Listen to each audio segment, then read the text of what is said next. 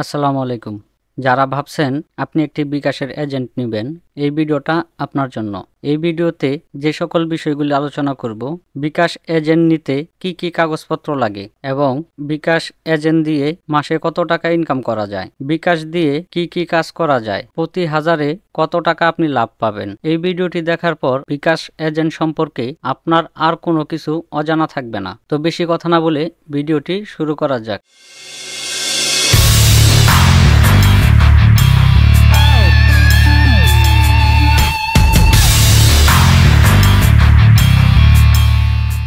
বিকাশ agent নিতে হলে আপনার যে সকল কাগজপত্রগুলি প্রয়োজন, সর্বপ্রথম আপনার একটি ব্যবসা প্রতিষ্ঠান থাকতে হবে। এক কথায় বলা চলে একটি দোকান থাকতে হবে। আপনার একটি ভোটার আইডি কার্ড থাকতে হবে ও আপনার একটি ট্রেড লাইসেন্স থাকতে হবে। ট্রেড লাইসেন্স যদি আপনার না থাকে, আপনি যদি কোনো ইউনিয়নের বাসিন্দা হয়ে থাকেন, সেই ইউনিয়ন পরিষদে চলে যাবেন, কিংবা আপনি যদি সিটি কর্পোরেশনের আন্ডারে হয়ে থাকেন, তাহলে আপনি আপনার সিটি কর্পোরেশনে চলে যাবেন। ওখানে যাওয়ার পর আপনি বলবেন যে আপনার একটা ট্রেড লাইসেন্স লাগবে।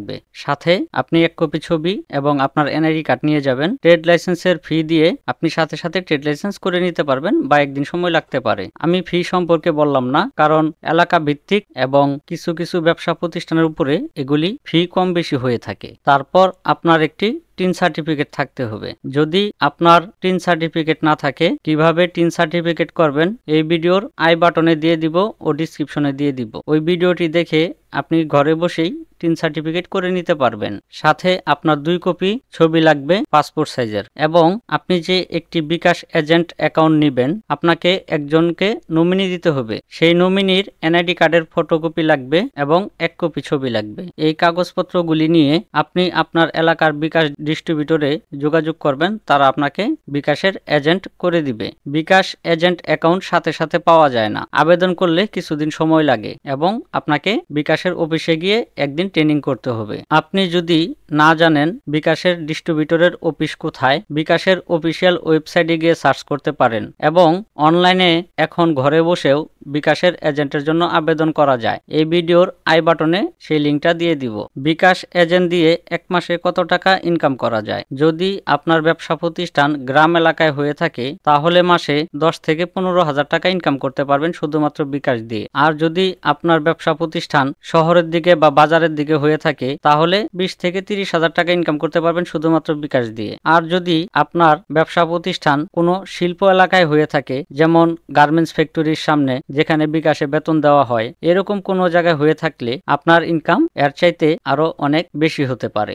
বিকাশ দিয়ে কি কি ধরনের ইনকাম করা যায়? বিকাশ দিয়ে মোট কয়েকটি ধরনের ইনকাম করা যায়। তার ভিতরে প্রথমটি হলো ক্যাশ ইন। যদি কোনো কাস্টমার আপনার দোকানে আসে টাকা পাঠানোর জন্য, আপনি যে তাকে টাকা পাঠিয়ে দিবেন এজেন্ট থেকে, এটাকে বলা হয় ক্যাশ ইন। আপনি যদি কাস্টমারকে 1000 টাকা ক্যাশ ইন করে দেন, আপনি পাবেন 3 টাকা 70 পয়সা। তারপরে যেটা আছে ক্যাশ আউট। যদি কোনো কাস্টমার আপনার দোকানে এসে 1000 টাকা ক্যাশ আউট করে, তাহলেও আপনি পাবেন 3 টাকা 70 পয়সা প্রতি হাজারে। তারপর আছে বিল পে। আপনি যে কোনো বিল দিতে পারবেন, যেমন বিদ্যুৎ বিল, গ্যাস বিল, পানির বিল, টিভির বিল, ইন্টারনেট বিল। এইসব বিল দিয়েও কিছু টাকা ইনকাম করা যায়। একক বিলের একক রকম মুনাফা থাকে। তারপরে আছে নতুন অ্যাকাউন্ট। আপনি যদি কাউকে একটি বিকাশ অ্যাকাউন্ট খুলে দেন, সর্বমোট 65 টাকার মতো কমিশন পাওয়া যায়। তবে এই টাকাটা একবারে পাবেন না, প্রথমবার পাবেন 18 টাকা। অ্যাকাউন্ট খুলে দেওয়ার পর বিভিন্ন আরো কাজ আছে, এগুলি করার পর মাসের শেষের দিকে আপনি সর্বমোট 65 টাকার মতন পেতে পারেন। তারপরে আছে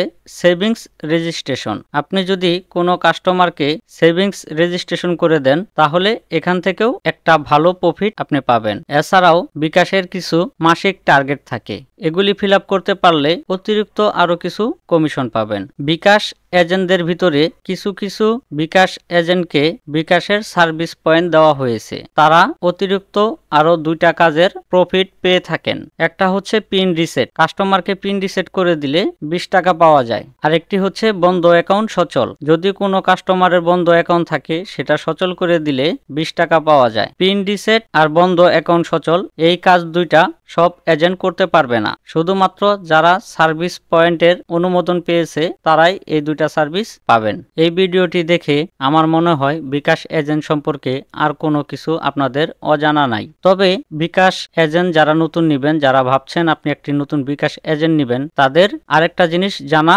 খুবই জরুরি। প্রত্যেকটা ব্যবসায় লাভ এবং লস থাকে। শুধু এতক্ষণ লাভের কথা আপনাদেরকে বললাম, এখন একটু লসের কথা বলি। যদি আপনি একটা নাম্বারে ভুল করে টাকা পাঠিয়ে দেন, যেমন আপনার বিকাশ এজেন্ট থেকে ভুলবশত 10,000 টাকা অন্য নাম্বারে চলে গেছে, তাহলে আপনি 1-2 মাসেও সেই টাকা উঠাতে আপনার কষ্ট হয়ে যাবে।